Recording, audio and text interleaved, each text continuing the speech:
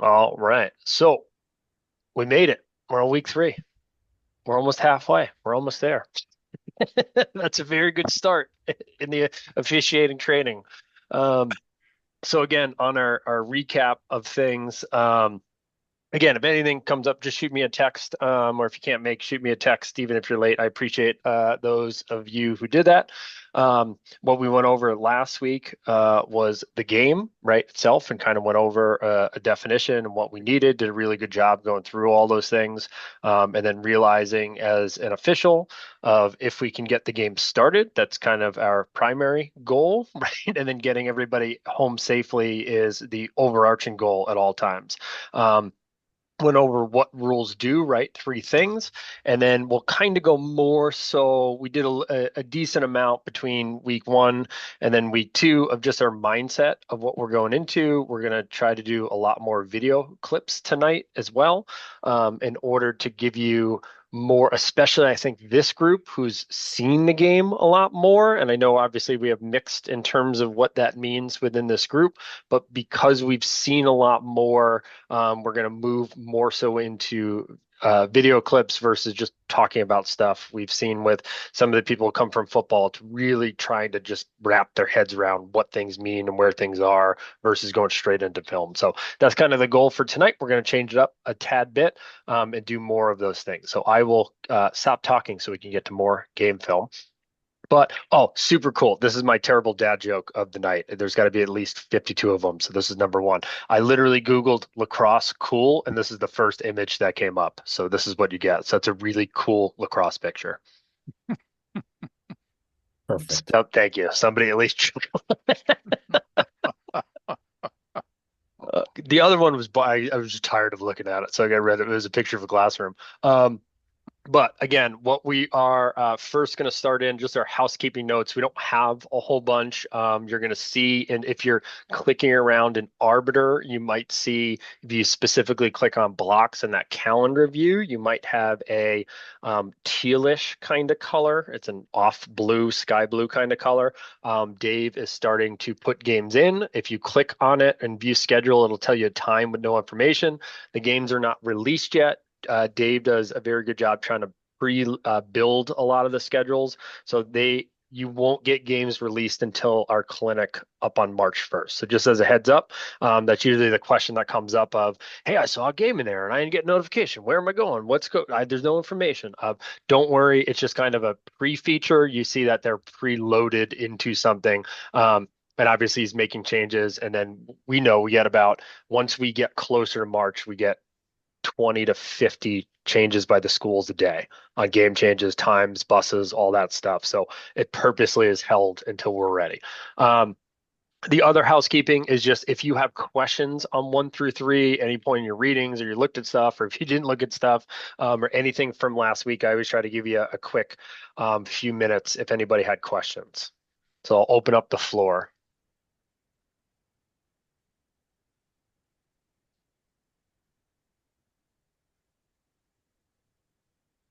Easy. Okay, we're moving. So we will do tonight some whistle mechanics. Again, if you didn't get a chance to connect with Dick at one of the 2 locations, make sure you just are messaging him, or if he has messaged you about getting the book out to you, we want to get you the physical rule book copy on those so you have them. Um, we're going to do whistle mechanics. So if any of you have a whistle, cool, you can have it, especially if you're on mute. That's great. You can blow your whistle a little bit. And then if you don't have one, you can just kind of pretend on that, but we'll kind of go through those different things. And I'm going to at least be posing on this side. So if you have your camera on, or if you're obviously in the car, pay attention to what's in front of you while driving. But if you are behind the camera or anything like, or night camera off, you can do things along with us. And we highly encourage, as silly as it sounds, of practicing these things in the mirror or practicing these things throughout the house. If it's face-off cadences, if it is winding your arm and things like that, of when you're brushing your teeth is a good time to do it. You're right. And just those little simple things so you get in the motion of doing them so that they become muscle memory at some point throughout the day. We'll go through rule 4. There's a lot in there, but essentially play the game. We're going to specifically break it up and do pregame, that is usually a very overwhelming thing for new officials because there's a lot of nuance and small items to be done, but it kind of gets into your back of your head very quickly. And your R is going to help you out with a lot of those. We're going to go over face-offs tonight as well. And then again, I've got a bunch of game clips and games that we can go through and just kind of watch and look at the officials and kind of talk through it as a group. So that is our general agenda. So without further ado, we'll keep it moving. Again, I know we kind of did it last time, but again, we are doing 12-minute stop time for varsity. We're doing a 10-minute run or 12 stop. Excuse me, 12. I just butchered that. 12-minute run or 10 stop on a JV level. Same thing when we get to prep school varsity is at 12 stop. The subs may go down from there, but we always want to start with a minimum of 12-minute runs, 10-minute stops for those. And again, we have our breaks. We kind of went through the breakdown last week as well. I know the video, I have the video up. So again, we'll kind of go through hustle and we'll show you what different ones look like. So sometimes I'll show you in a static clip. A lot of the film, and I always kind of laugh, and I promise my ego is not, Bernard might disagree with this, but my ego is not very big. I'm going to show you a lot of my game film tonight, not because I simply want you to watch it. I like showing mine because I can commentate what is going on. And if I messed up or if I have a thinking or what's going on, you can see it. I don't listen, and sometimes we have to, but it's really tough for me. And again, whenever we show video, we're obviously not trying to embarrass other officials or say they're bad or anything like that. But I don't know what's going on in that game, or if they have a leg injury or they had a bad day, or it's 87-0 in that game and it's pouring rain. It's their fourth game they did. So to give a lot of that context, I think helps in a lot of those games. So we'll go through a lot of those. But kind of our first one, if this wants to load for me, that would be super cool. That has a very crazy transition there. And so we're going to go to our first one. And so again, the idea, and we're going to time this, right, and see how long this is take for this ball to get up here, right? And I want your comments once we go through it Melrose pulling away a little bit on what this looks like. The penalty has hurt them now for 2 or 3 goals. So it looks like early on in the season, one of the areas of what's our initial perception? Good, bad, indifferent? What's going on? Ty, I saw you unmute. Go ahead. Yeah, I mean, it seemed seems like he was going pretty fast, but I mean, does he have to wait for them to put the ball down? Can he have the ball down already? So slightly different mechanic. I agree with this. This is in a few years ago or a number of years ago, we would wait to put the ball down till the players were there. We can now put the ball down now. So I'm going to give the benefit of the doubt. This is an older clip with a different mechanic, but same point, right? As simple as that is, when does the referee kind of get to the spot at the same time as the players, before or after? We'll just kind of show it again. Has hurt them now for 2 or 3 goals. So it looks like early on in the season, one of the areas of he's there slightly earlier than the players. Right? Slightly earlier. Can we control this as an official when we arrive to that spot? Absolutely, yes. Hustle, right? Hustle to the spot. We should I'm going to use the analogy. If you don't have kids, awesome. Good job on that. If you do have kids, think about this, is when you're not ready and you're telling your kid to get ready, how fast do they move? The answer is, well, dad's not ready. I'm not going to move any faster. If you're literally opening the door, walking out the door, and your kid doesn't have their shoes on, you're like, I'm leaving without you. It goes much quicker, right? And again, using that larger analogy, same thing with players, right? If we are hustling the spot, we're waiting for them. We also have this timing mechanism where when that ball gets to the spot, we now have 20 seconds for that, everybody to be in their spot and the face-off to occur at a maximum time range, right? And so it's really tough if we're just getting here to now say, okay, we're going to put our 20-second on, as versus as simple as this sounds, and this is one of my pet peeves, of when you get into a game and it takes on that second face-off, it takes that team the 10 seconds from a goal to get the ball up to there And then we have a beeper violation, and they all go, huh? What's that noise? You go, delay game, we're going. And we're already moving. You've already set the precedent. We are not going to wait all day for every face-off to occur. We're going to move very quickly. I'm waiting. I'm ready. The other team's ready. Why is your team not ready, coach?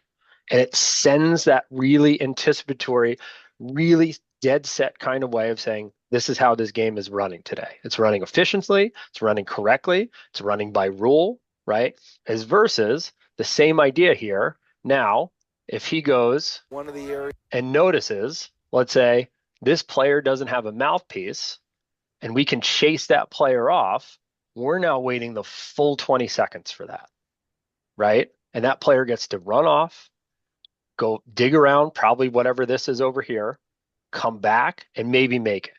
As versus we're sitting there the whole time. He shows up 3 seconds before that beeper is going to go off. Where's your mouthpiece? Go run off. As he's running off, our timer goes. We have a delay of game. We're moving. We're serious about this. We're treating all things equal in the rule book. And one of the big things is moving the pace of the game along, right? And all of those, this seems like a really, really nuanced and super over or over micromanagement of the game that's early. But again, think about that extra 20 minutes on that last graph, right? And that 25 minutes, right? We'll use a perfect example of you've seen them in overtime games. We had an example from this weekend in a Division One basketball game. The game took 2.5 hours. And what happened at the end of the game was a fist fight in the handshake on a college basketball game because they were just sick and tired of one another at that point. That game ends in 2 hours. Maybe we don't get to that point, right?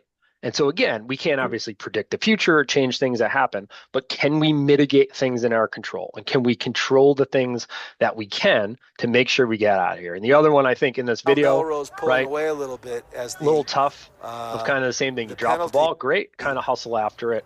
We won't go has overly hurt them now crazy, for right? 2 or 3 I still think the goals. official does a good So job it kind of looks like moving, early on in walking the quickly season, to one his of the spot areas for the of, idea of trying to catch the ball clean.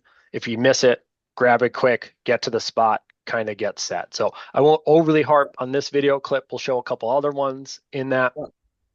But again, that idea of hustling. Go ahead. What you got, James? So when you say the delay of game and we're moving, does that mean that the other team automatically gets the ball, or like Correct. okay, Yep, correct. And so we'll go through those timing procedures and stuff like that. But again, that same idea, we're going to show you one of the clips, right? Or when we get to one of the games, the whole game recording is 2 hours 13 minutes. It went into overtime at a college game and included a 30-minute pregame warm up that was on camera. That means that game is done in an hour and 45 minutes on a college level that went to overtime. That's how efficient you can be, right? Right? And again, doesn't sound nuts to say that, but add that over the course of your season.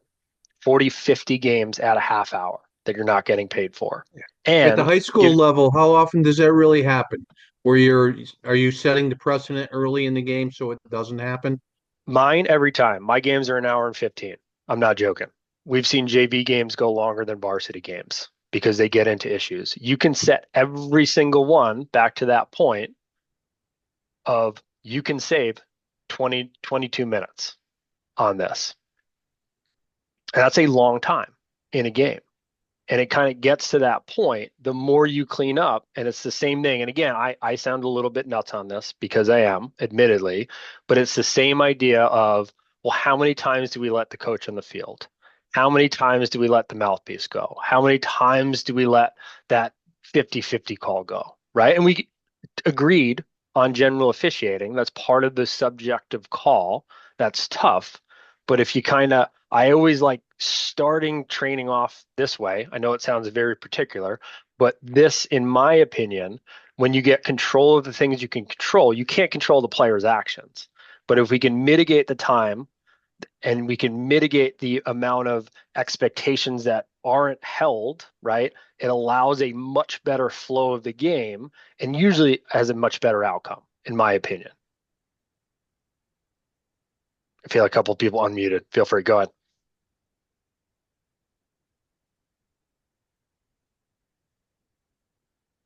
It's kind of nuts Yes. how often. But go ahead. Yeah. Go ahead, So Dave. even at the youth level, the parents and coaches, players see you hustling, they automatically gain a little respect there just by hustling. You may be new to the game, but just showing the effort to hustle to the line, get things moving, it just gives you a better representation of what you're all about. Agreed. We will go through other clips, I promise you, on it. We're going to kind of transition over, but just kind of set that idea of hustle, right? You're always on video. Is that the flow of the game? All those kind of good mantras to have is what we're going to kind of go through. So before we kind of get into different how we go about timing things or how do we satisfy things and all those, again, we have to make sure that we blow our whistle. That is the number one thing, as I now hit the wrong button, the number one thing every new official forgets to do at all times. And us veterans laugh about it because when we do our on-field training, what's always going to happen to that point, we're going to be in our spot, we're going to be waiting for a partner, we're going to give them a signal to go, and we have simple signals in lacrosse is that we have essentially, we rarely use a double hand, but double hand to me is a full stop sign. This is it, or a red light, right? Red light is two hands. One hand is a yellow light, is we're waiting, but we're almost ready to go. And then we have a green light that points in the direction that you are running or the play is going. And it kind of switches back and forth, but we kind of point to say we're ready to our partner. And then the first face-off goes off and everything's great and they win the ball and then they shoot and they score and the ball goes in the net and you're like, I got this. And you're going to run up and you're going to give a goal signal. And it's going to be super awesome. And you're going to be, I'm so excited. I'm reffing lacrosse. And either John, Dick, or myself is around the field. We go, you need to blow a whistle. And then you forget to blow your whistle every single time, right?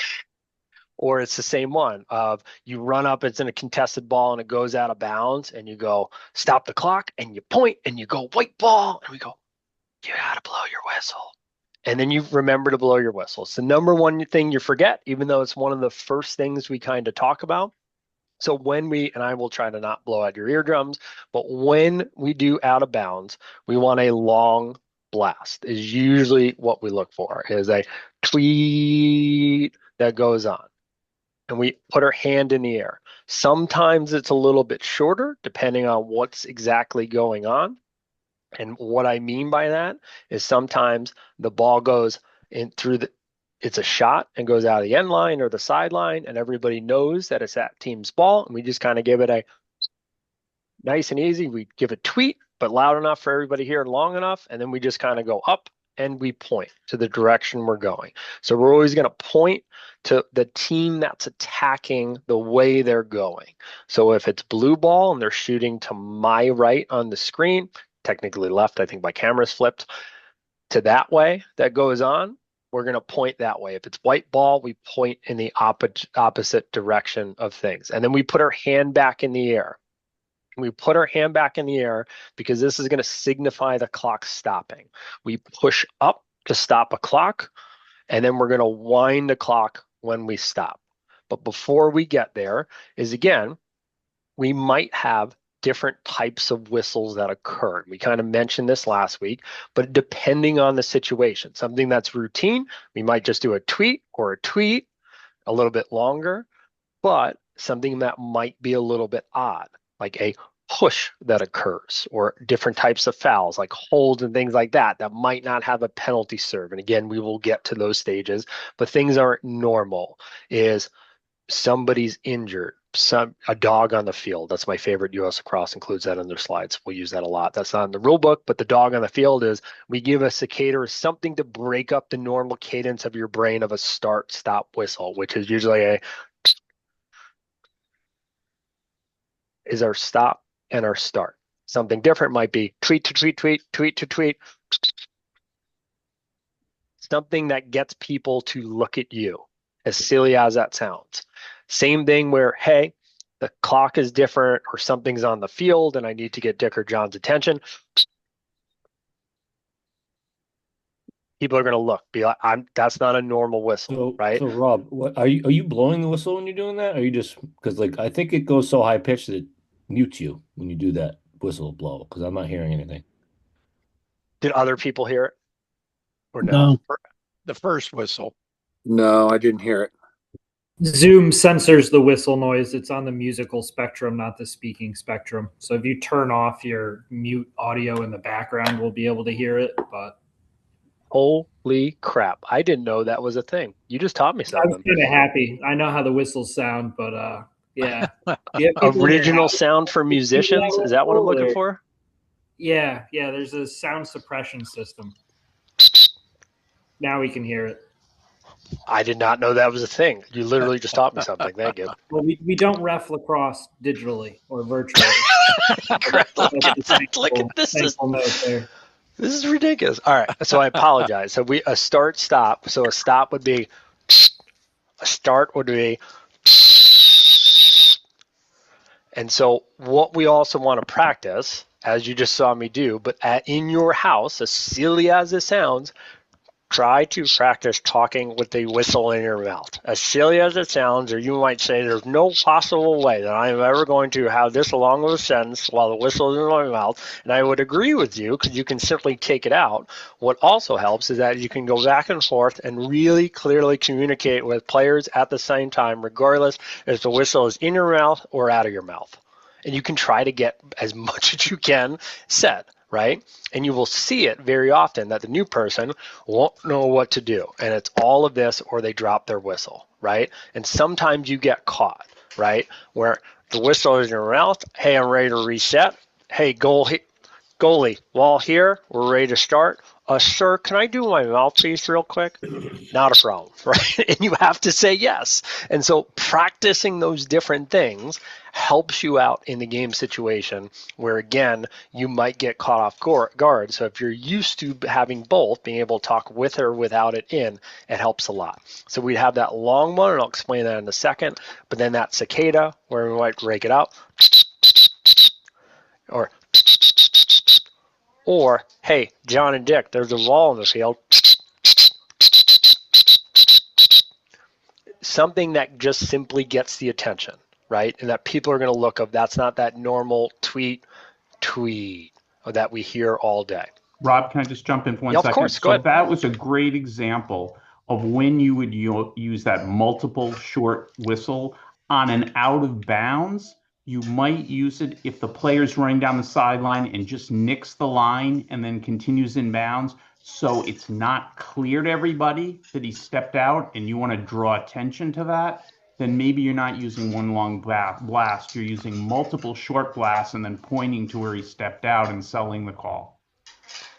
Similar to, we'll go over the timeout. When it's a very contested timeout, we might do that so that way everybody hears us. Instead of just a timeout and there's a whole bunch of things going on,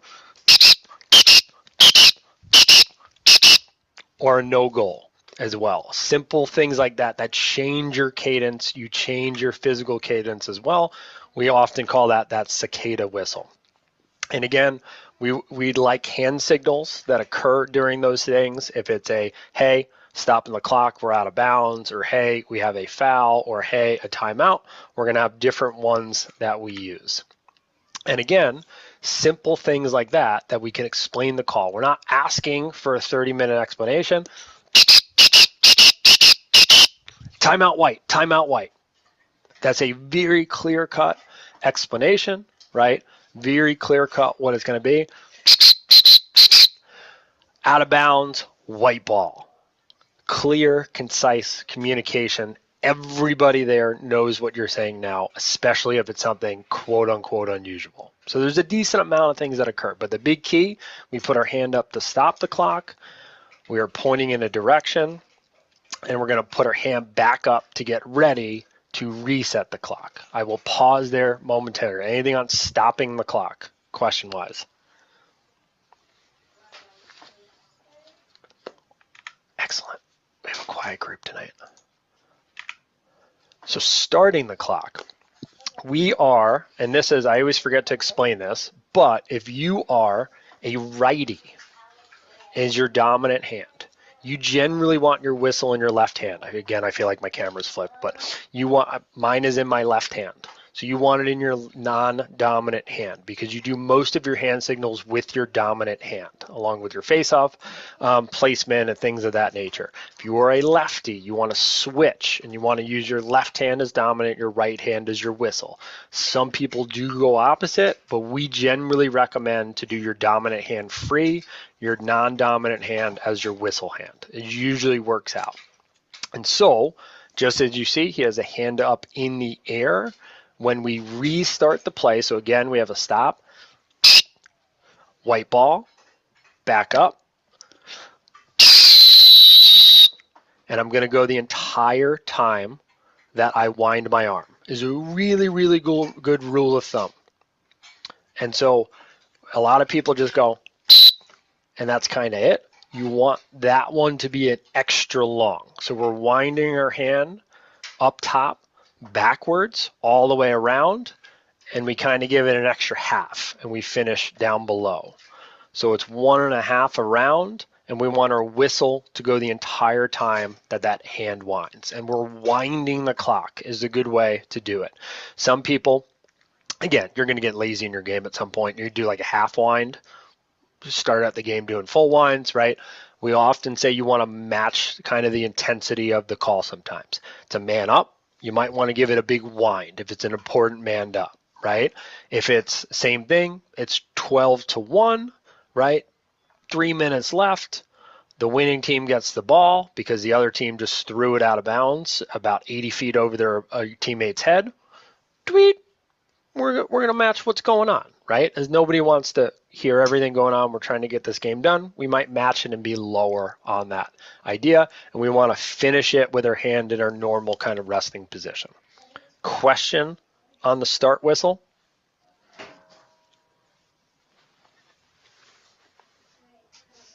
All right. I was on mute. I was just going to Nope, you're comment, Rob. Yeah. For everybody's sake, just remember what the sounds and the visuals, what your audience is.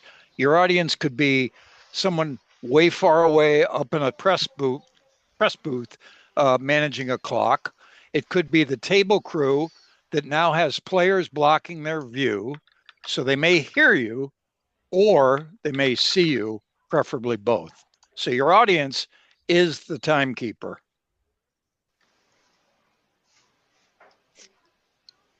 Great. I like that. So then timeouts, again, we're going to have timeout scenario. So timeout, we're going to wave similar to other games and other sports. We're going to wave our hands in the air back and forth in kind of like a tarmac flight crew position, right, back and forth. And then we usually point towards the bench. I like doing 2 fingers to the bench up top that you can see. Some people do hands up top. I like pointing over to the coach. Ours is, again, there are a number of different places you can call a timeout. Most dead balls you can call a timeout. Burning all dead balls, right? Well, That's all dead balls. College is the only one you can't do in the field, right? right. Yeah. Yep. So Yep. all dead balls, at any point where the clock has stopped, a team can call a timeout, and they're good, which is a difference than the college game. If the clock is winding, they need to have possession of the ball anywhere on the field. And so different than the college game. College has to get into a certain area in order to call a timeout. So again, we simply, if the clock is going, we simply look over. We will hear coach say timeout. Oftentimes, general recommendations, especially as you get more comfortable talking to coaches and you do your own pre-games and things like that, I like reminding coaches to add a color to the call. It is super helpful where when you're going to call timeout, say timeout green, like the team on the screen, is super, super helpful because, again, my back might be to the coach. I'm now trying to determine whether or not that team has the ball. Most timeouts are called similar to basketball when it's not necessarily a point scored and you're trying to stop momentum. In lacrosse, especially first half, we call them possession timeouts. A player gets into a jam, they're getting hit by a lot of players, and they're trying to save the possession. So the coach is trying to call timeout. So you're trying to determine all these things, maybe 50 yards away, and it's really difficult. So to then look back and figure out if coach said the word timeout or not, because they have awesome other calls like side out, look out, I'm out, you're out, she's out, they're out, he's like everything that sounds like timeout, that's not timeout, right? And the worst thing you want to do is grant a timeout and coach goes, I didn't call that. Too bad, coach, you got a timeout because that's what I heard, right? So you generally want to confirm. We can always call timeouts late. It's one of those calls. We can make these a little bit late. Coaches aren't going to be happy that we make them late, but if we get them right, even if the ball gets turned over, no, tweet, I had a timeout. Everyone's going to yell, well, he didn't have the ball. When he called timeout, I judge he had the ball. It's a timeout. That's the end of the story. And again, timeout. Say it again. In the player, if he has possession, like you're saying in that scenario, like he's got like 3 players, he panics, calls timeout. Like, can we grant the player the timeout? Because then the coach is going to probably be obviously pissed. Like, I wasn't calling timeout. Well, your player did. Correct. By rule, head coaches. Okay. We will generally allow if assistants yell and the head coach nods. Mm-hmm. Yeah. Players or anyone on the field. Yeah, by rule. Yeah. Anyone on the field. In all of my games, I think twice, to be honest with you. I've heard players call timeout. One, normally the player who's getting hit doesn't think about it. I've seen very heads up teammates call it, right? To your point, is the teammate gets jammed and just screaming timeout, right? Because they know, and a lot of college teams don't even do it, but you'll know, right? Sometimes you might give the smartest kind of kid on your team, quote unquote, the power to say, if your teammate's in a jam, you can call it for him, right? Like you're right there, go for it. We used to have that rule too, where it was first half. You can burn any timeouts you want. The first half timeouts are yours. Second half timeouts are for strategy and momentum and trying to win a game. So you'll see that in most lacrosse games too. First half, they usually might burn one early to save a possession. You get 2 in the first half, you get 2 in the second half, you get 1 in overtime.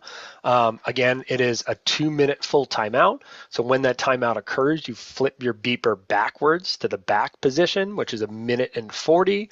And then when that beeper goes off, that's when then you repump your hand, similar to what we do on face-offs, and we repump, and that becomes that 20-second ready to play.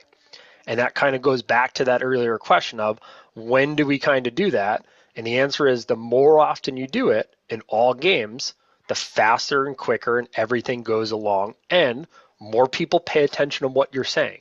Because if that's the hill that you want to be caught on, and they go, this guy's serious, and I've had those games too, where at the same point, if you show up in an afternoon and the bus is running late and everything else, and cool, we're still going to get out on time.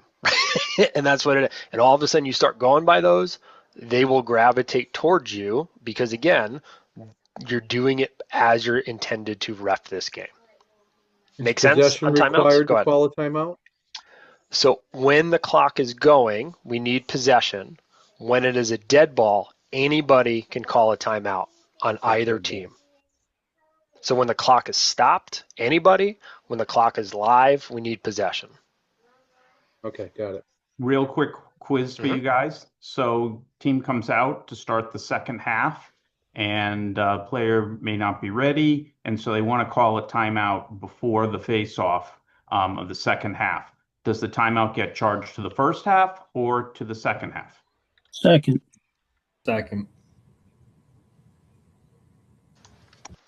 No, first half.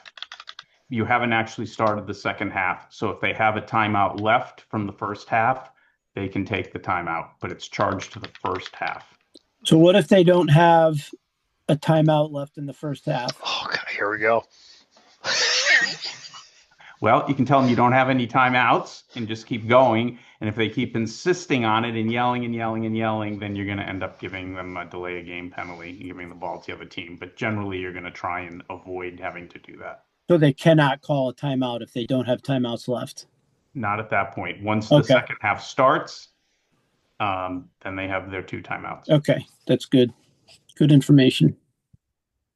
One mechanic that I use, I'll say something like green, that's 1 timeout, you have 1 left, and white has 2. And they'll say, okay, thanks, ref. Just repeat it to the bench if you can. Yeah, as the timeout leaves, whoever's that closest official, we call him bench side official, that is usually often the thing that we go over and just say. As you progress up the ladder, a really good person to tell is that bench coach or box coach is a really good person to involve, becomes that tool, right? Is an easy conversation you can have with not the head coach. Sometimes the head coach is down in a huddle or is all the way down on the sideline. You go over that box coach, and I always go to Dave's point. I always get both, right? I go, hey, we're 2-1. White, you got 2. Blue, you got 1. And then I go back over and say the same thing to the other coach. Hey, we're 2-1 right now. White's got 2. You have 1. And so you just repeat a lot of times the same language and keep it simple. But again, everybody kind of gets the same message and they hear different things. Speaking of hearing the different things, I've seen this happen in basketball a lot where some of the plays they're calling is like prime out or like something like that. And of course, if you're say it a certain way, it sounds like timeout. If a coach is like yelling out a play, you say timeout and he says the same thing again and you grant him the timeout. He said, wait, that was my play. Like I was saying prime out or something like that. How would you handle that situation? I normally, and I think I stopped on this point. So off of the larger point of you can call him late, I will 9 times out of 10 turn around and look at the coach and get some kind of visual confirmation. To that point, and I did not add this part, I instruct them, time out your color. So say time out green. And I always say, try to give me something, some kind of visual signal, whatever it is. I don't even care if it's half perfect. You're just like, bleh, I'll take that, as versus to your point, Nolan, right? If you're just hearing prime out, he's not actively looking for something, right? As you're normally in that coaching area. We do not have, for football guys, we do not have an indiscernible signals, I think is the exact term. We do not have that, right? But you can politely ask a coach to change whatever he's saying. I will use the one example of course, it was in a playoff game. The coach decided to name the ride Flag Down. So everybody on the entire team was yelling flag down, as the other team was running on the ball on offense, freaking out, right? And you're like, we're not doing that anymore. You need to change it. Well, I spent a week getting everybody to remember it. Cool, you have about 30 seconds to get everybody to remember something else, right? And so we don't go nuts. It takes 30 seconds to think this might be it. Right? We don't go nuts and lose our mind. Just, hey, that clearly that can be interpreted as something else. We just need you to change it, right? And he kind of like looked at you slyly and goes, okay, and then immediately had to have enough to call. But to your point, some kind of, I like a visual. That's why I'll take longer sometimes. You can also cheat a little bit, where if you hear it the first time, and sometimes if you're the away official, not necessarily the one on ball, especially if you're bench side, you can cheat and look over to the coach and see what they're doing and then look back to the ball, right? So sometimes I do that where I see that the player has the ball. I hear coach yelling something. I'll move my eyesight back to coach and go, we have a good timeout, and then I'll come back to the player to watch to make sure everything ends cleanly at the end of that play. But in my mind, I already know that I'm killing the play, right? So, hey, I have a timeout. He's got the ball. Oh, coach is saying it. Tweet. And on video, it might be a second and a half, 2 seconds, but you take that extra little confirmation as you get more and more confident with it. Pat, did you have some? Yeah, so for us newbies, generally speaking, would you think that the lead official is taking the lead on handling the timeouts to start with, or that doesn't come into play? This is the beauty of this, of there is no good way to do it. And I mean that is, if you have a scenario, and I'll give you, and you're a basketball guy? Yep, football, okay. Basketball. So think basketball is you have a fast break, right? And they're running down the court and they're about to have their alley-oop play, and all of a sudden that player decides to make a U-turn for whatever reason and about to double dribble, and coach is screaming. And all you're watching is the 3 players underneath the basket and a lot of confusion, right? That coach might be chasing you. As that following trail official, you might have the best angle of everything, right? Especially if it's that bang, in our game, I'm going to change it now, that bang play, that player now falls on the ground, the ball is rolling, and the lead official is trying to determine, how did he just lose the ball? Was it legal or illegal contact? You're not paying attention to the coach who's running after you. When then, and I will change this to our favor, a lot of the times we'll instruct college coaches to stop running after the official who's sprinting down the field. stop and turn to their left. Because in the college game, not the high school game, we have a third official who's usually coming up right there to listen to that timeout. So 9 times out of 10, the coach can do themselves favors and just stop and look to their left 5 yards as versus trying to sprint 30 yards with the other guy who's running, if that makes sense. Right. Now, again, same thing in the high school. We've seen that where what we'll instruct too is instead of coming out towards the lead official, come out to the field towards the far official, the far side one across the field, because he's got nothing else to look at. He's looking at everything in this large frame, right? And he's going to see that coach running out of the field. The one time we let coaches, besides halftime warming up a goalie and injuries, the one time we let coaches, including in the college game, come on the field is a timeout. They're allowed to come out not 50 yards, but come out 5 yards and be seen. We want you seen so we get the call right for you, if that makes sense. Good, super good question. You also want to tell the coaches to give you a visual signal that when they want a timeout also, particularly on days where it's very windy and you might not hear it right away. So if you glance over, you can see them making a T signal with their hand. That helps. And we'll see those. And sometimes you'll have coaches who say, they're 2 games in a week and they've lost their voice already on game 2. Right? You know what I mean? And hey, my assistant's going to call it. Cool. Like we're good. Like timeouts, we are always on the coach's side. We're trying to get the timeout. We're not trying to penalize them for it. So again, we don't want to grant one that they're not supposed to have, but we want to give them the benefit of the doubt. If we see the team have the ball and we see that the coach is making an effort, we can always be a little late and make sure we correct it to give them the timeout. So 9 times out of 10, especially if you ever watch a TV game, they're giving timeouts when you're like, that ball was on the ground. Because all that other stuff might have happened, and it's going to take you 2 or 3 seconds to process all that checklist of what you need. Sound good on timeouts? Question on the restart of them. Yeah. Like in this situation here, timeout blue. You set your timer, minute 40, you give your fist pump, and then blue comes out and they have the ball ready to go. White hasn't the field. They don't get a delay a game. You just blow the whistle and let them play, right? They get 20 seconds to set up the field. So so blue called the timeout. Blue comes back in time and has the ball in their stick. White isn't ready. White doesn't get a delay a game, right? They just get. Depends if if to your point, and if they're close, we give it to them. That's a lot of the times the dirty secret, as much as I just yelled, make sure your 20 seconds is ready. Sometimes we will, when that 140 goes off and you see that last player straggling, I might wait an extra second to reset that 20 and flip that timer forward, knowing that guy's going to get there, if that makes sense. But yes, it can be a delay game by rule, and we've seen that happen. If White is legitimately not ready, it's a technical foul. This is for another week. And since they don't have possession, then they have to serve time and the flag goes down. If the players are on the field and not necessarily set up, we might blow the whistle to that point because the field is set. We're not waiting for the players to be set. It's their timeout. And then on the flip side of that, the team who called it doesn't have to wait a minute 40 or the full 2. They have to wait a minimum of 20 seconds. So you will see that. And there was this really big jerk coach who used to coach at University of New Haven who had a play call about this, and every year catch multiple people. And you'd literally call a timeout. Your team would start working over. The coach would do this. The team would go back out. And then you'd try to catch the other team in that 20-second delay game.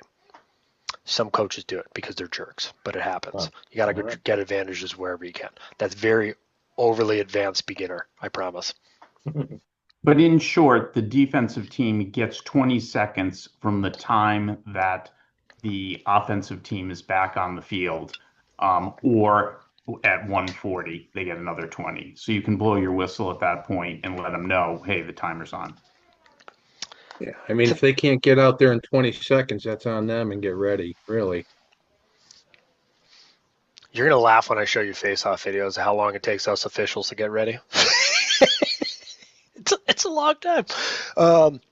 Same thing on officials timeouts. Again, read your rule book on what we can call an officials timeout. But if we see something wonky, something an injury or something weird on the field, scoreboard goes out, things like that. This is the infamous U.S. lacrosse slide.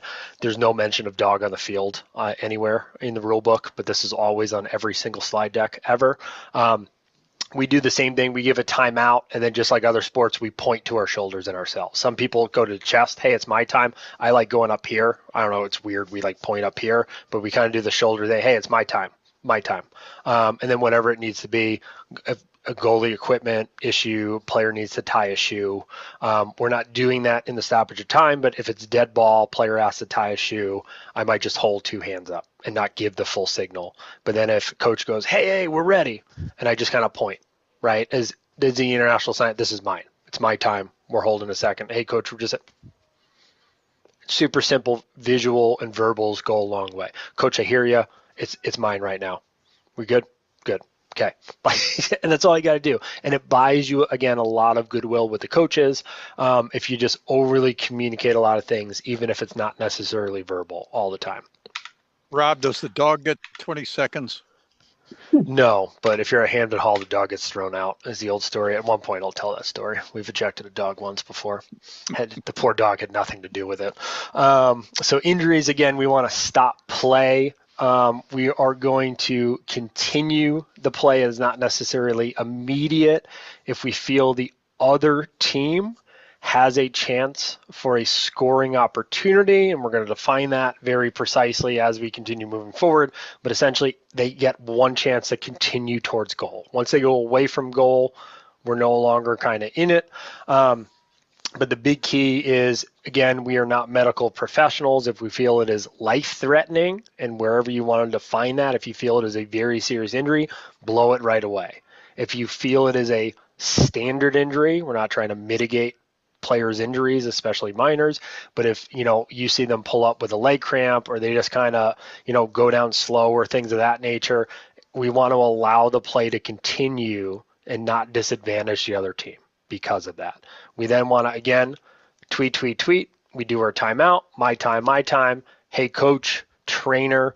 Again, just familiarize yourself sometimes of a lot of trainers who help with our game are also football trainers, so they are trained inherently to not come on the field. We don't have to give them permission. In football, they have to specifically ask for the trainer, right? They're allowed to come out. What we don't want happening is every time we blow a whistle, a trainer to run 5 yards on the field. So again, extend that courtesy and realize what the trainer's mindset might be. Tweet. Hey, coach, trainer, something like that is fine. I usually just say, coach, it is not my determination. I'm not a medical professional. I shouldn't be asking the trainer to come out. Hey, coach, we have an injury. And that's all. Hey, Rob. Make sense on that? Yes, go ahead, Mr. Naramore. Just point out it's wise to take a look. Whatever the injury is, try to take a quick look and make sure someone has possession. Correct. We don't necessarily want to go to alternating possession is the alternative. What we want to do is also wait until somebody picks up the ball or is about to. In the youth game, we want to get somebody about to pick up a ball, if that makes sense. That will save a lot. If there's one player running after it, they get the ball. This is a great slide here, huh? A couple of you chuckled. Appreciate it. Questions on anything before we go to video? The dad jokes are prime today. All right, so pre-game. This is going to sound like a ton of stuff we're going to show you, and that it all can go very, very, very quickly, especially if your R is on the same page as you. We're first going to meet and certify coaches, and what we're going to ask them to do, and you will all get your canned spiel somewhere in your head, and you're going to simply ask the coach. And normally the key rules is we want to go to the home head coach first. You shake their hand, you say hi or fist bump or whatever you want. You say, hey, coach. You make some kind of small level of small talk. I usually have something preloaded. How's the season so far? And that allows coach to talk, right, without being super awkward of, hey, this weather's great, right? Gives them something to tell you what's kind of going on. They talk a little bit. You don't have to entertain it for very long. We want to try to spend the same amount of time with each coach. We then say, we're going to ask coach a couple questions. First one, we're going to ask them maybe timing. If it is a sub-varsity game, what timing are we doing? If it is a non-shot clock prep, we might remind them, hey, we're playing the non-shot clock modifier that's going on, and let me remind you what those are, right? We want to get things in. Hey, is there anything we need to know today, right? It might be the field. You might want to ask them about Anthem. I usually do that second, but then we say, all right, coach, first we need an in-home, the first attack player in the book, as we discussed. So a starting attackman, first in the book, what is their number? They tell you the number. Then you ask for captains. And they say, hey, coach, do you certify all of your players are properly equipped according to rule? And we go through all of those things. I usually go in reverse order, say, hey, coach, can you certify all your players are properly equipped by rule? Yes, I can. Cool, I need an in-home, please. Get an in-home. I also need your captains. And then they go through captains. Then I always ask, do you have any questions for us? They might have a And rules question. you're marking those on your scorecard. Correct. You are putting those in your scorecard, the in-home and the captains. I usually allow them to ask a rule question or something. A lot of the times they want to tell. I always say, do you want to tell us something, right? Especially if you get to a varsity level, they maybe have scouted, they want to see something. That 13 on the other team's dirty. Can you watch for high hits? Sure, coach. And then my favorite part is when you go to the next coach. What did he ask? He wanted to tell us that number 30, he feels 13 is dirty. Who do you think on his team you feel is dirty? And they both chuckle, right? We're going to be transparent about it. We're going to watch ball. We know who the knuckleheads are, especially when you got them a lot of times. And then we go to the away coach. We want to spend the same amount of time in a JV game. If it is close to you starting the game and you don't have enough time and the other coach is 80 yards away, go to the away coach first. Just make your life easy. You don't have to drive yourself nuts, sprint down the field, go the other thing. JV, they don't have a big coaching staff. They're also running warm-ups. We don't want to get into a warm-up. We want to try to pull coach out of the line of fire and us getting hit from balls and things of that nature. But little things like that, if you can speed it up and make your life easy. We're going to do a coin toss and talk to the captains. We'll go through that in a second here. You might want to talk, again, this is varsity level or upper level. You might want to talk to any of the bench coaches or things of that. Just familiarize yourself with them, or not necessarily have an entire conference with the assistant coaches, but sometimes familiarize yourself. Try to make a friendly face in the sea if you can. You absolutely have to meet with the table personnel. Again, that's scorekeepers and timekeepers. And then you want to ready the field for play. All the things we discussed last week. You want to check the nets, you want to check the pylons, you want to check the field markings, check the balls, all of those different things. Again, you will get into the habit of it. And then we do this super unique thing called the lineup. So one quick go ahead. point. Your certification is with the head coach. Sometimes with varsity games, you'll show up and all the assistants will be there, but the head coach is out talking to parents or somebody else. The certification has to be with the head coach. The nice thing we do now, we have cards we will give you at the clinic. So you write your name and your partner's name if you're the referee, and on the back of that card is the coach's certification. So if they go, I don't know what this is, turn around and they can read it, which is kind of nice. So I'll show a video in a half second here. But essentially anything in our pregame, including the coaches meeting, the referee does all the talking. What the other person does is stand there and look pretty. That's all they need to do. It's not a hard job. You just smile a little bit, you nod, you make a pleasantry. The idea is every crew's a little different, as if you want to interject or you feel there's something we missed, add it. But the idea is to be a consistent one voice without necessarily saying I'm only this person gets to talk today. But especially when you get to higher levels, I've done it. I've over talked and it gets really awkward. John said, but he means this, and it just comes off really bad, right? So standing there and looking pretty to start goes well. Again, you're going to go out as the coin toss and bring people. So as I'm going to kind of load up this video here, I thought this one was cool. Somebody GoPro'd from start to finish. Let's go, seniors. I'm just going to lower this because you can't really hear him. But essentially, one of the things I just noticed was we have a college official just by his jacket here is try to look the same, even in the pregame of having jackets on, right, goes a long way. What I also noticed is this official is going to be in a scorecard the entire video. Pay attention to what's going on in front of you. It's kind of like being on your phone, right? It's a little rude to be on your scorecard the entire time, right? And I mean that in a pregame setting of an idea of you don't want to just be constantly like this. Be present even if you're not talking. But again, you're going to see we're going to walk people out. The home team is going to face into the bench. The away team faces out. You're going to see He's going to line everybody up about 5 yards. He should be centered in the middle. His partner should already be centered with him at this point. We're going to handshake each captain. So we normally do that once they come out. At this point, you kind of introduce one another if you haven't already. Usually you make a bad joke, something like that. And then we're going to immediately get to I want to say this is potentially playoff, but essentially you are going to ask the visiting team. You're going to have the closest person to you as the speaking captain. I'm not overly nuts. Wherever they want to stand is fine, but they should be standing next to you. And you're going to ask them, hey, this is my coin. So I always do the same thing. Again, great day for lacrosse. It's always a great day for lacrosse. Again, you as captains have been chosen. I'm going to ask 2 things of you. The first thing is you need to figure out who your knuckleheads are on your team. You already know that. Make sure we don't figure out who your knuckleheads are. If we do, we have to throw yellow flags. Make sense on that? I get a bunch of head nods. Everybody goes. The second thing is you can come talk to us. If you feel something is not going well, if you feel you need to ask a question or to talk to us, you can do that at any time as long as you're calm and as long as it's a dead ball. And now you've already set an expectation they can talk to you. And it's a really powerful thing that occurs. Then here's my coin. I don't have one on me, so I'm going to lie here. And I go, this is heads, this is tails, and I explain what it is. I have a 4-5 and I have a sticks for a fallen brother official. Would you like 4-5 or sticks? And then my next bad joke is somebody always says heads, and I go, I have 4-5 and I have sticks. And I flip my coin around. You can't see me flip it. I'm trying to do camera. And I'll flip it right there, and they kind of chuckle. And then the kid goes, I would like tails then. And I go, I have a 4-5 and a stick. Can you pick one of those? Right?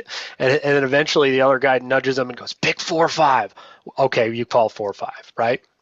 And then I will show it again. As I'm showing it, I'll show it to the home team. I have a 4-5 and sticks. I have 4-5 and sticks. What would you like?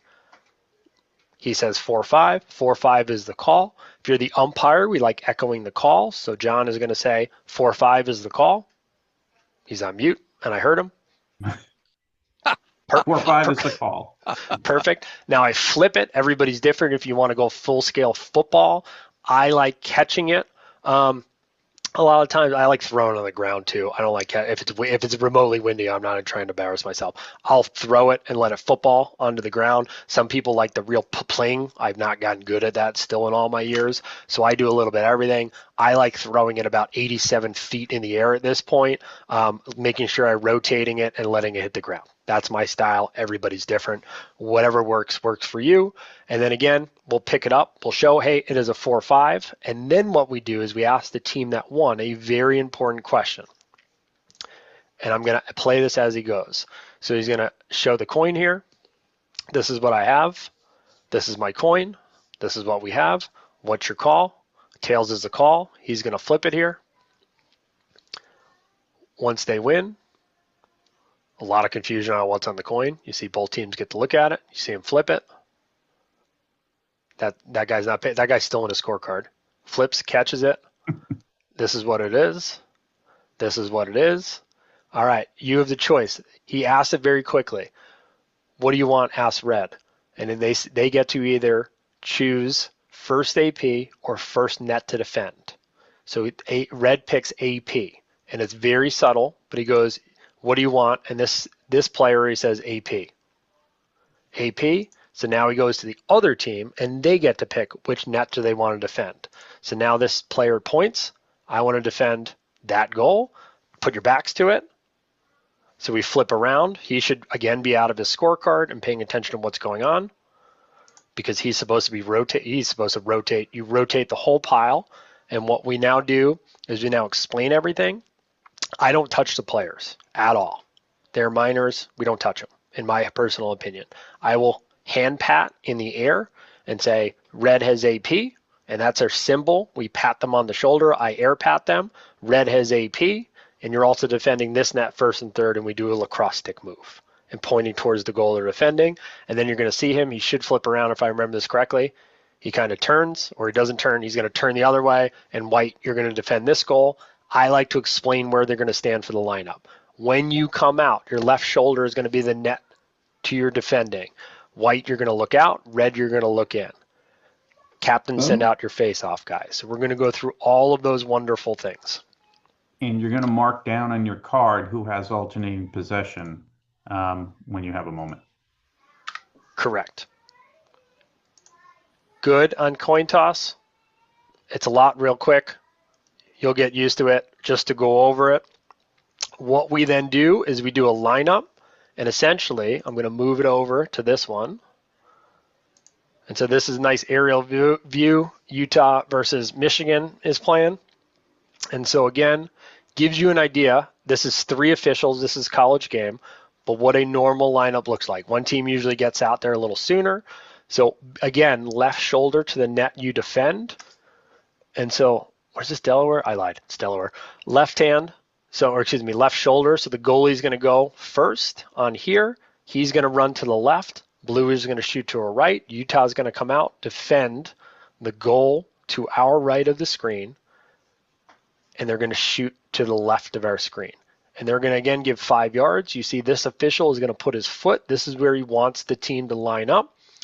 These are the umpire and the field judge, and the referee is talking. The referee gets to stand. Football guys like facing the scoreboard. I like facing the direction we're going because less steps add up.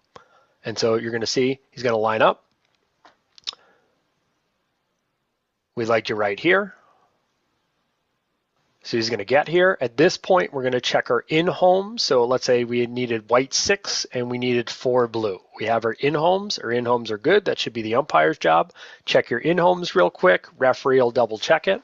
And again, in this lineup, we are short and simple, but we honor the game. This is unique to lacrosse. And the referee does all the talking. And normally speaking, mine is very similar to him. Gentlemen, amazing day for lacrosse. We have John, we have Dick, I'm Rob. All you have to do is honor the game. And you see him, he points out his 2 officials. That's me. Goalies, down the chute. Goalies touch hands first, and then everybody gets to touch hands, and then everybody goes to their position. That's it. It's this marvelous thing that everybody is always amazed by, but it is that simple. It goes that quick from when we get here. It's about 7 seconds. A little bit more. Ron here. You can tell Rob has not taught in the high school. We find that most of the kids are used to referring to teachers as Mr. So it's okay if you want to identify each of the officials with Mr. and your last name as opposed to the first name. Certainly the prep schools tend to be Mr. So-and-so. You're correct. I usually call everybody Mr. First Name, to be totally honest with you, sometimes. Whatever your flavor is, I'm good with, onto that point. If you work with Dave DiMartino, he will always flip it. He will always say, I'm Mr. Halb, and that's Mr. DiMartino. We're going to have a great game today. And you're the only 2 idiots laughing on the field because he purposely switches up your names on you. And you're cracking up, and the kids are like, I don't understand what you're laughing at. It's all right. So, again, that's kind of our lineup. And again, what it kind of looks like, right, with all those things, so we're going to move over to this one, is we're going to mute this again. Oh, where's that? Somebody's screaming on the phone. So, again, the idea, hold on. EJ's feeding the dogs. And so again, we're going to find, right, with 2 people, the referee would get the home team, the umpire would get the away team. You want to grab the team, the captains. We're going to bring them on out. Same kind of idea.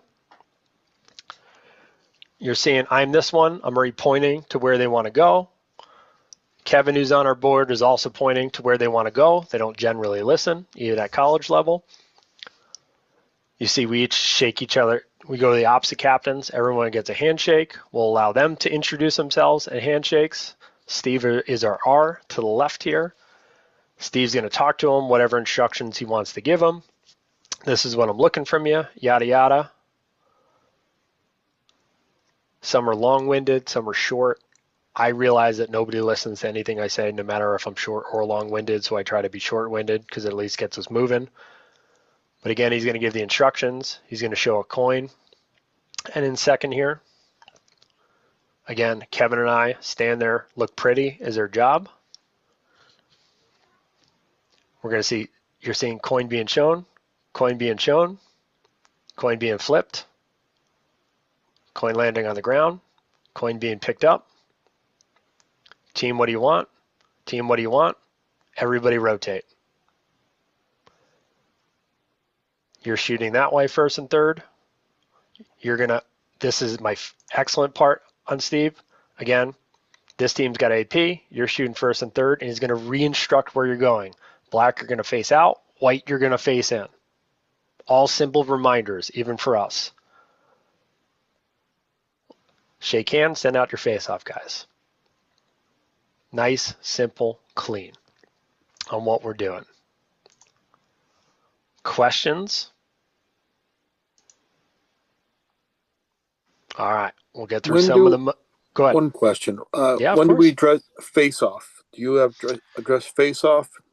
Yep, face-off guys are after the captains. By Vernon High School, by rule, no, right? Yeah. Well, the mechanic has been that we. Yeah, the mechanic always has you talk to him. In college, it's not technically a rule. It's weird. We talk to him almost every time, but yes, at a varsity level, we always talk to the face-off guys. JV, try to talk to them if you can. They might not have a lot of face-off guys. Youth, you do not need to talk to the face-off guys. Remember at youth, well, again, as we continue going into like our clinic and things like that, at youth level, we might need to do some teaching, and that's okay. Is the youth guys might have never faced off before. They will always tell you if they've never faced off before. It's the number one rule of a face-off under 9 player. Comes out, sir, I've never done this before in my life, and it's about to be awesome. Great. I'm so glad I'm here. And you go from there, and you help him, right? And that's it. And he goes, I could do this lefty, right? And you're like, oh my God, no, I'll help you. You just go down, we'll figure it out together, right? It's going to happen, and it's okay. So we're going to fly through this a little bit. This is last year, so time's a little off. But essentially, we're just going to do face-off and a precursor. But to get into video real quick, as I keep promising you. But again, our face-off is very unique. Again, we have videos to watch on the face-offs as well this week too. But essentially, we want to always be communicating. We don't want to be overly fast. We want to have that pregame, as Dave just asked, with the face-off guys. I've been part of a lot of them. I was a face-off guy myself. There is very little that you can tell me that I don't know or I'm actually going to pay attention to as a face-off guy. And I know that sounds mean, but remember that. Guys have spent 3 and 5 minutes talking to face-off guys. That's way too long. Give them the massive bullet points you want, the 3 big takeaways, whatever it is, right? Hey, here's the deal. You have to listen to what we say. If we make a correction, tell you to move, listen to us. If you have a complaint or you don't like the way it went, tell us on the next face-off, and we will listen to you, and we will try to fix it. And if there's a violation, all you have to do is drop the ball. Do you have questions? No? Great. And we move, right? The other thing you're looking for is that the tape or that the stick shaft is of contrasting color to the gloves and the head of the stick. Correct. We'll take a quick look at the face-off guys. As John said, in their head, they need that 6 inches of contrasting color or tape on there. And again, within our face-off, we're not going to do videos on this necessarily, but the idea is we want the player, we're going to say down. We want them to be top to stop. And so I'm actually going to go to the wrong picture, but what that means is the throat and the top of the scoop are actually going to match. And then you want the ball in the middle 5 inches. You want everything to be off and parallel to the line. They need both hands wrapped around the cross. They can only go righty. Their right palm needs to be up, and their gloves need to be touching the ground. And they need everything to the left of this head. An elbow, a knee, a foot, a helmet, all has to be to the left of their head, to the left of their head. They can lean over the line as long as they're not touching the line, and they cannot be on a knee. That's it. I can remember it off the top of my head. So can you. And there's a lot of stuff. My biggest gripe is that this is the only position in the entire game we tell you how to stand and what to do and how to be. There's no other position we do that. This is a very over-regulated position, in my very humble opinion, but we need to follow everything that's said. Again, we can say down. They need to get into position, as we said. Before you get to that, just real quick, before you say down, they have to have the stick above the knees. They can't, you don't want them bending over before you say down. The idea is to get them to go down together. You are correct. Yes, there's even one more thing that we added. They have to be standing upright, which means their stick has to be above their knee at all times. You can see my personal opinion on this whole ordeal. And so we're going to, again, place the ball. As we said, I think, Dave, you had said this or somebody had added in our first video. We're going to instruct them to go down together. We're going to make any of our verbal corrections. Again, I would prefer if you don't physically touch them. The only time we ever generally physical touch them if we need to move their helmets. And my advice is always move them together. Even if you only move one, you still get the visual of you're touching both helmets, if that makes sense. Don't necessarily touch the players' bodies or anything else. Definitely do not kick the players. That's always our favorite. We always get at least one video a year. Do not kick a player. That's terrible. Make your corrections. Once they are set, you tell them set. The whistle should be in your mouth when you say set, and you blow a whistle nice and loud. One short, hard blast on that. And then when they pick it up, we signal by winding our arm just like the clock to signal possession. When you do this possession, everybody else in the face-off gets to come in. Again, it's a 3-on-3.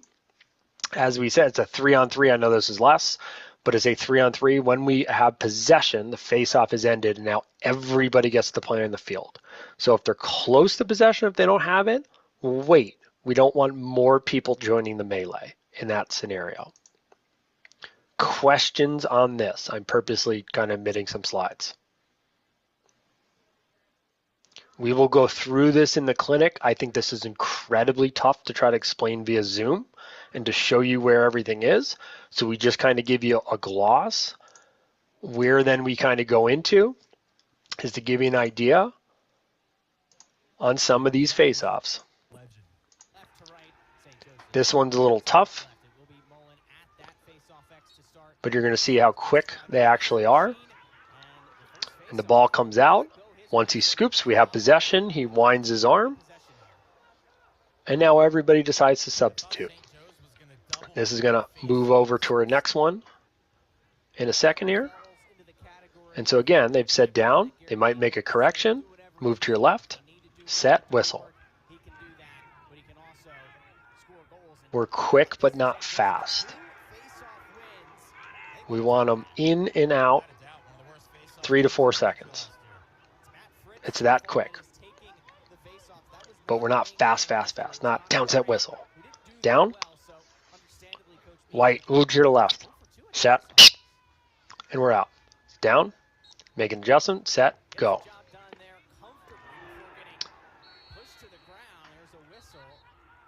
We got pushes and other things like that. Another face-up down. Set. Tweet. And you're varying the cadence a little bit. And we're varying cadence. Rob, question for you. Yeah, go ahead.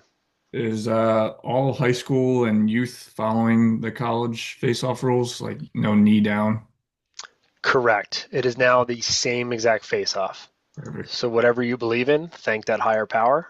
It's amazing. We'll show you kind of same idea here.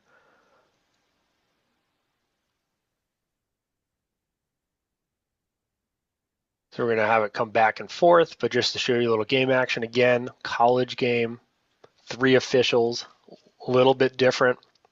The idea here to kind of go back, we're now kind of blending learning items here, but we're going to see how quickly we go into a face-off position after a goal. Black's going to score first here.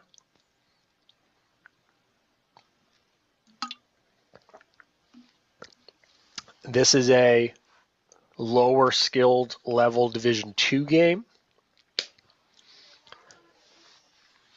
Will be similar to a mid-ish level varsity game or a very, very good JV game.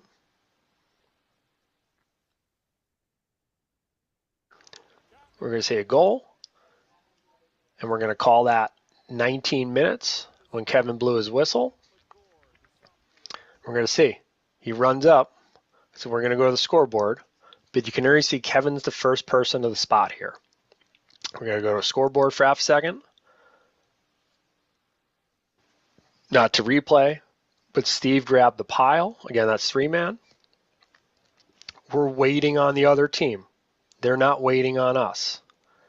Players now here within 30 seconds. Kevin's already pointing. We're just going to show that again. Come on, White. Come on, White. Come on, White.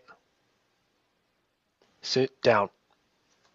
How fast we can save those 5, 10, 20, 30 seconds.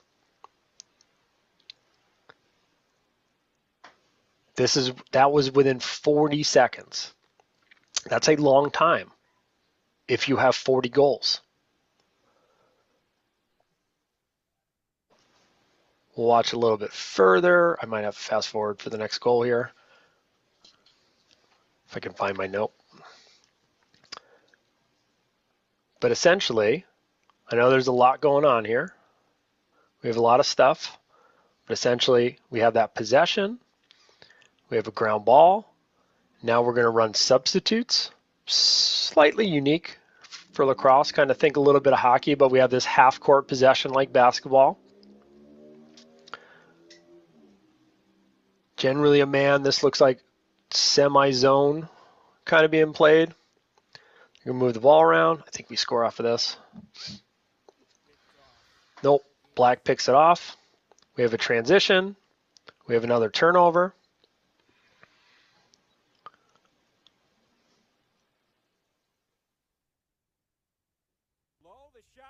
We have a goal.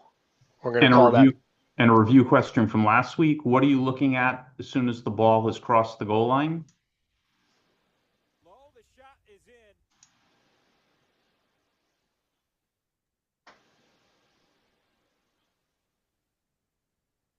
Somebody try. Somebody try.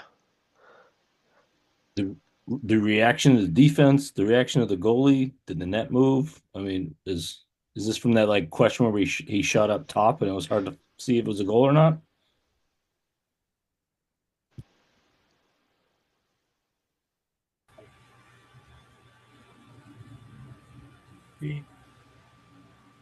Go ahead, Vernon. Okay. Yeah, as soon as that ball crosses the goal line and you're the lead and you're going to signal a goal, you're not looking at the ball, right? You're turning and you're looking at the players right in front of the goal. You're looking to see if there's interaction between the players. The key piece here is don't keep staring at the ball in the goal. And you're going to hear this from me again and again, because when you go out there for the first time on the field, you're going to just stay looking at the ball. And I want you to get trained in your mind, and when you get out there, to not do that. Once it's in there, you know you're going to call it a goal. You're not looking at the ball. You're looking at the players and what's going on as you run in and then make your signal for a goal. And Ty, I'll give you credit. Your kind of your pre-looks, right? Ball cross goal, look at players, look at goalie, look at your partner, then look at the scenario, right? Okay, we definitely have a goal. Partner might have nodded yes. Again, that's a 3-man, so you might not necessarily have that in 2-man. And now we're in dead ball kind of action. We're kind of policing things going on. So 2050, we have this goal here. Goal, we're going to grab it. We're going to run. Again, 3-man. Kevin's got the pile here. In our game, in the high school game, we're going to one bounce, underhand the ball to our partner, who should be up at that spot. We're waiting. We're within 13 seconds. We're waiting for players within 13 seconds of a goal.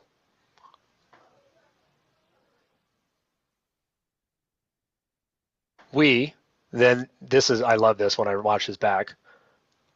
First goal of a career. We now need a ball change. Absolutely ruins my training video. 13 seconds, I was ready to go and show you guys. But look, within 35, we have our first face-off. We make a correction. Tweet. One more time. What's unique about the player in wearing black in this scenario, especially my lacrosse vets? Long pole face-off. He's got a long pole. Why do we care about long poles on the face-off as an official?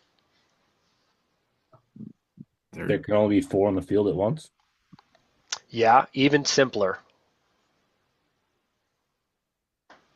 They're typically not as skilled, and look to just muck it up.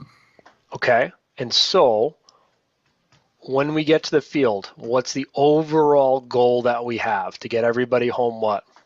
Safe. Safe, right? Casey, to your point, there's an extra 3 feet out there. Where can that go? Everywhere. Correct, including us, right? You will often see, Casey put it point perfectly, they muck it up and they're a little bit wild on faceoffs. Give yourself space with a pole. The number one way you're going to get hit as an official is a pole on a faceoff. So be mindful of that. Not so much on this side, but on this side, if if player in white had it, we'd have a good chance of getting whacked if we're close. The other thing we see, yes, we need only a maximum of 4, but normally he is not straight and parallel to the line. We're really good. This is a really clean look here. Ball seems to be good. I'm going to come in because I can't tell where his pole is. So what I actually do is I'm going to cheat. You're going to see me put my head down that line. And it might not look it, but you can use your eyes real quick, right? And keep the center of your cap straight and just look to the left. So I'm cheating. I seem way in close, but I'm cheating to see he's good because his body is blocking.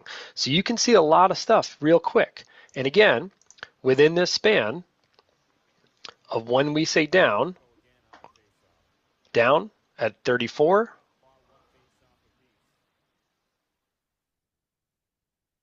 six seconds, not hardly off from Syracuse at 3 to 4 seconds. One other quick point. After you have them down and you're about to say set, you want to make sure that you as the official have not started walking backwards until after you say set. And here's the reason for that. Once your partner sees you start moving backwards, he knows you have already said set. So if he sees a player move too soon, he can help call that. Again, in a 3-man system, they're going to help you a little bit more, but that's sort of the overriding principle is you say set, then you back out and blow the whistle. Don't back out and say set while you're moving backwards or after you've started moving backwards. Say set first. And as a new official, one of the largest mistakes you will make, you spend way too long in between set and whistle. Half second, 1 second, 2 second. Casey's taking a note. He's my guy. Don't wait 10 seconds. I'm serious. Don't say set.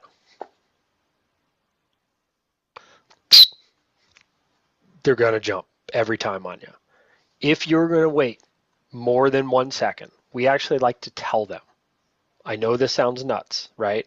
But we're trying to get a fair face-off. We're not trying to catch a violation. We're just trying to make it fair. Gentlemen, there will be a long pause in between set and whistle. Wait for the whistle. Sometimes, Rob, with a pole there. Hold on. Yeah. Sometimes we will go right away. Set. And that's my long pause. The next time, gentlemen, there's a long pause, and I make it 2 seconds, right? You can veer your cadence, but the idea is you feel a guy is rolling or jumping. We want to make it more fair. Go ahead, Mr. Nairmore. Yeah, no, I was just going to say, I've said to long poles, I've said to both players, since there's a pole in the face-off, guys, I'm going to go long here. I just say that. I'm going to go long. They don't know how long is, but I'm going to go long. So again, fair, not trying to catch them. And then our last one, this one should... Question on the... go ahead. Set. I know primarily the focus is on the actual face-off itself. But on the wing play, is there anything that's forbidden after the set? Can they jump around from side to side after we say set, or they got to be perfectly still? Did you say wing guy or face-off guy? Sorry, I was... the wing guys. Is what happens on the wing? What's allowed on the wing after the set? Wings can do... So the greatest item is the wing guys can do anything besides go out of that area. They simply can't go over the line, and they can't go past the 40-yard lines. They're in an imaginary box. They can do... It is extremely rare to see it, but I've seen it. You could do a cartwheel. You could run back and forth. You could play hide and seek. You could do whatever you want. We've seen guys lay down, right? Running start. Right? Running is the most common, but we've seen guys lay down, right? To do like a snow angel, just to mess with the other guy, and then he gets right up, right? extremely rare, but I've seen some weird stuff, right? They can do what they are simply bound by that box. And again, that box, I'll use the far side here, right? From this point back, anywhere in that area, they can go wherever you want. One of the biggest misconceptions in youth, they have to stay on their side of the field. They can go anywhere they want in that box. So if they want to go on the offensive side or the defensive side, all the way down in the middle, on the side, next to the guy, behind the guy, we don't care. The only other thing we care about on the wings is they are not obstructing the other player. So if we see a long pole, put a pole in front of him, we're okay. We don't want to see the pole or him touching the other player. If that's what I mean by obstructing, right? Is because the initial idea, it's kind of like a pre-block, right? We don't want that cornerback already touching the wide receiver before the ball snap, right? But you can stand you can have your stick in that person's lane. And poles can do that. Short stick's really tough to see that. Yeah, Rob, new to lacrosse, the stick can be over the line, just not body parts. At the time of the whistle, you cannot be touching the line with your foot, right? Or be closer to the face off, be past the line. But if it's in the air, right, when the whistle blows, it's not, you don't go by the plane of the line. You go by what they're touching on the ground. Yeah, what I was referring to, John, new guys sometimes, they'll see the pole leaning on the stick, and the stick is over the line, which is legal. It's not a body part. Right. All right, last item here, and then we're going to get you out, is, again, just to show you, this is from last year's, one of the last games of the year, just to show you, I think there's a really good visual shot of everything again. We have a few extra people. We have ceremonial coin tosses, but you can see home team, higher seed, brought out, lower seed, looks out. And as you saw, we have handshakes all the way around. You kind of shake the hand of the team you meet to bring out, and then you get the other one.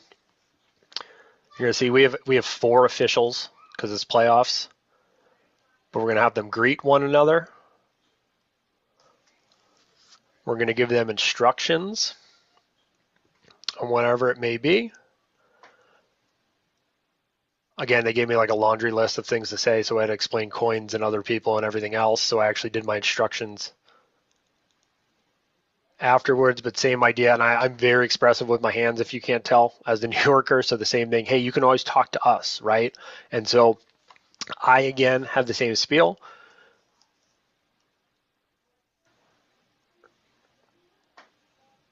So they had picked what they want. Terrible coin toss, but she's cool, so she's allowed to. She's awesome, Miss Baldelli. And so, red, you win. White, what side? Cool, we're going to swing your backs. I like the visual, swing your backs. And I go in the motion that they need to swing. And you're going to see partners are going to rotate around.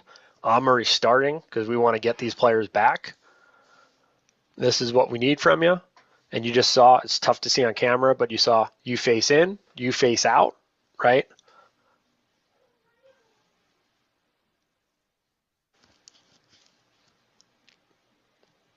I try to eye contact both. It bothers me when referees only look at one team. I think it just looks bad. And then they send out their face-off guys. They're going to cut this. We're going to move forward and get to, line up, come back on me. And same idea, we're going to walk everybody out. And we're just going to show this last one. And we'll show the first face-off or two. But you're going to see, same deal. One team's usually out. Again, St. Joe's left shoulder defending that goal. So they now face in. They started in the captain's facing out, but we're going to go goalie, defenseman, midfield, attackman. We need a starting attackman. Who's their in-home? 18 here. I think we had 11 for both teams. No, he's 11. 11 on white. Starters on the defensive end. Yeah, I don't think we can hear that. We're quick. So you just saw Steve here point to an in-home. right? Really helping to communicate, just pointed to two different guys saying we're good, our in-homes are good.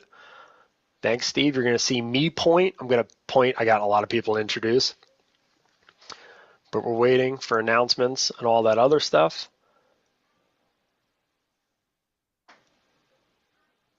Oh, we were making fun of Pete. We told Pete to come out, and that's why we were laughing. Poor Pete was all by himself. We then gave Pete crap for the next 2 hours that he didn't want to be our friend anymore. See, it's the little things in reffing that matter. So once they're done an announcement, same idea. I'm gonna say hello to everybody. I'm gonna then introduce to everyone. To John's point, whatever you feel comfortable with. I like first names. Sometimes just last names. I'm a mess, so every day is a little different. It's a fun adventure. I don't have a 10-second fast forward. I apologize. Hey guys, great day for the cross. Pete, Ed, Steve, I'm Rob. On to the game. Goalie's down the chute. And we're in. You're going to see everybody's going to rotate. Same idea on us. Our guy is going to go to this spot in the high school two-man game. Referee does the first face-off. Other guy goes there. We give a few last-minute instructions. I have to use my hands. I don't even know what I'm saying. General dudes, if you don't like the spot, let me know. Kid immediately goes, I don't like the spot. Not a problem, man. But again, goes to good communication, right? If they're the ones phasing off, not me. Tell me what you don't like. Set. Tweet. Again, I have the whistle that's on the string in my mouth, so you don't see me change it. You saw a half wind. Again, we're going to have timing constraints. They have 10 seconds to get into this attack area after they clear the midfield with possession, and they have 20 seconds to go over the midline. We'll go over that timing count. We'll just let it play for a second here. I think we have a goal fairly quickly.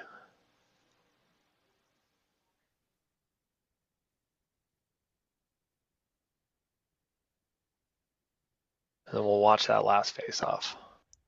24 is going to score. He had a lot of goals.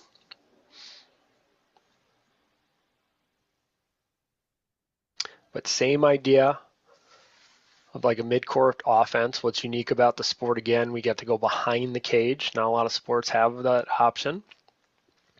But same idea.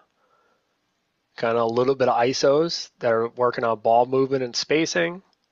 We get a 24 who's got enough space to be able to shoot.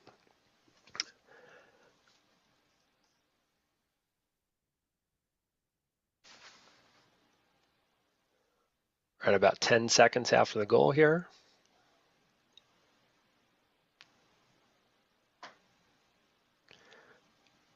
We're at about 20 seconds. 25, the ball's placed. We have a face-off going in within about 30 seconds already.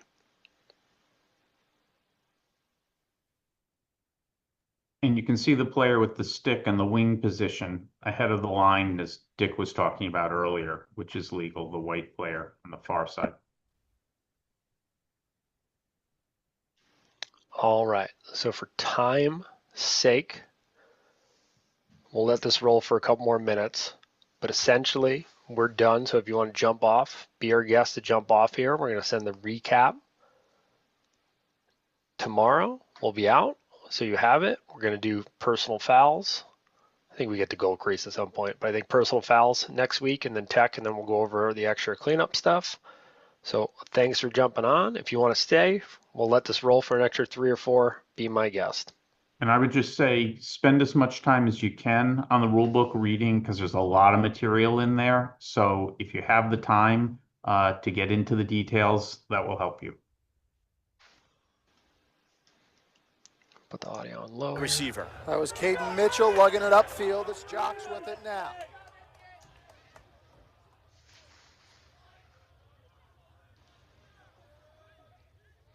If any of you have questions, feel free to ask. Archibald, the goal scorer. But again, as we say, as we get higher level, it actually gets easier to officiate. I know that sounds backwards. Rob, you But want it to turn off the recording? Yes, sir. Thank you.